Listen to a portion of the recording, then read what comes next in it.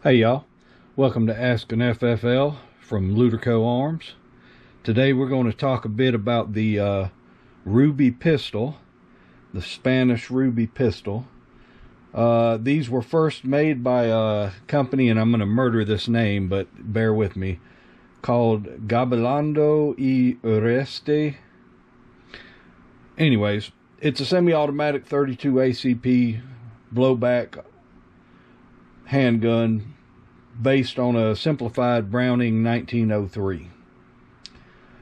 And so Gabilondo made this pistol, and the French government during World War I was desperate for handguns.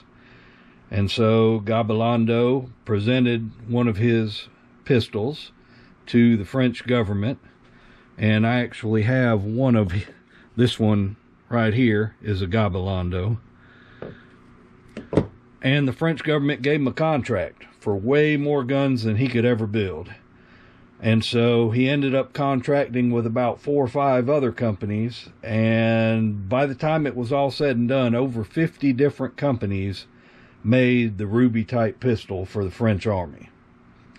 And the problem is they also made them after the war and sold them on the civilian market.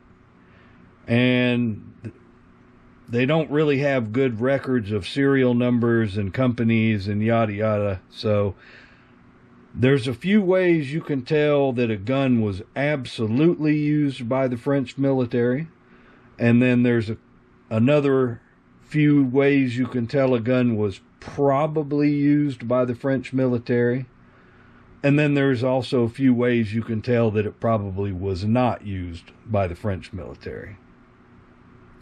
So let's talk about ways you can absolutely tell that a Ruby was used by the French military. The number one easiest way is if your slide has this rivet in it, like these do, then it absolutely was used by the French military, because this was a modification made by the French military to these pistols after World War I in order to keep when they put it in the holster, to keep the holster from moving the safety lever. See, if they had the safety on, sometimes putting it in the holster would flip that safety. So they put these rivets in here, and the French military is the only ones who did that. So if your Ruby has this rivet, like this row of Rubies here does, then it absolutely was used by the French military. Another way is if your Ruby has these stars on the bottom of the grip. They're right here and right here. Hopefully you can see those in the video. Those stars are acceptance marks from the French military. So if those are there, then the gun was absolutely used by the French military.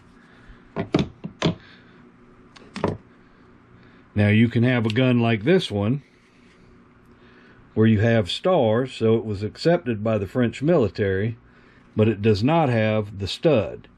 The reason for that is this was used by the French military during World War I and was released after World War I. The studs are the guns they decided to keep after World War I. So if you have either the stud or the stars or both, then it was absolutely used by the French military, or at least accepted by the French military. A third way, which is not always 100% definite, is the code. All of the Ruby pistol manufacturers were assigned a letter code by the French government, and this is because the magazines were not always interchangeable. And so if you look right here, and it's in the same place on the frame every time, right there, there'll be an oval with a letter code in it. And the code could be 1 letter, 2 letters, or there's one code that's 3 letters. I have an example of that one here. Some of them, the one has 3 letters. I don't know if you can see that, but it's HCA. If they have that letter code, then it's likely that they went to the French government. The French government was desperate for guns, and so they didn't always mark the stars on them. Some of the guns went straight through the warehouse to the battlefield without the crates even getting opened, and there was no set rules. I mean, they needed guns bad enough that a lot of the guns made it to the front lines without ever getting acceptance stars. So you could have one that has no stars, but it has the letter code. And if they went and put the letter code on there, then that meant that the manufacturer was at least intending to sell that gun to the French government, because the French government came up with those letter codes and asked them to do that. So again, the studs or the stars are definite. If they don't have studs or stars but do have the 2-letter code, then there's a pretty good chance. But if they have none of those, like this example, has no code, no stars, so there's really no way to tell if this gun served in the French army or not. It's a ruby and it's in the style, but you can't really say if it served in the French army. One other way is some of them you'll find will have, and I don't have an example out here, but some of them where the 2-letter code is, they'll have a bunch of proof marks. If that's the case, then you know that didn't serve in the French army. It's the wrong time period. Or a lot of times here or here, they'll have made in Spain stamped on there. Those generally are not going to be ones that served with the French army.